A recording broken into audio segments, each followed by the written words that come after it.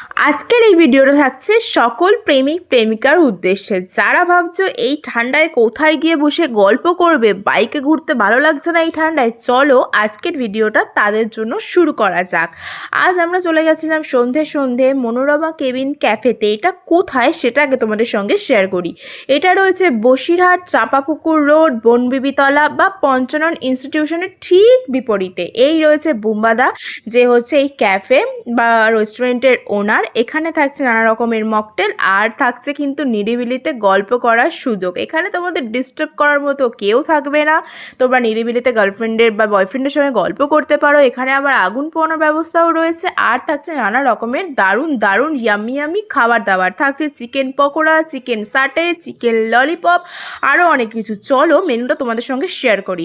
এখানে থাকছে নানা রকমের কম্বো, যেগুলো কিন্তু ভীষণ রিজনেবল প্রাইসে, আর থাকছে নানা ধরনের খাবার দাবার।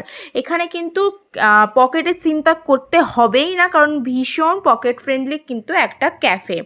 আচ্ছা চলো, সন্ধেবেলা গেলে কিন্তু আমি যেটা বলছি মাস্ট ট্রাই করো। চাটা কিন্তু ভাই খেও, যদি চা না খাও তাহলে মনে করো বিশাল একটা জিনিস তোমরা মিস করে ফেলেছো।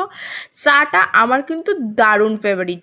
আর আমরা এখানে অর্ডার দিয়েছিলাম এখানে ফ্রাই মোমো, যেটা কিন্তু খেতে দারুণ লেগেছিল। তোমরা কিন্তু অবশ্যই স্টিম মোমো কিংবা ফ্রাই মোমো একবার ট্রাই করে দেখতে পারো। আর আজকের ভিডিওটা থাকলো এটুকুই। কেমন লাগলো অবশ্যই এটা কমেন্ট করে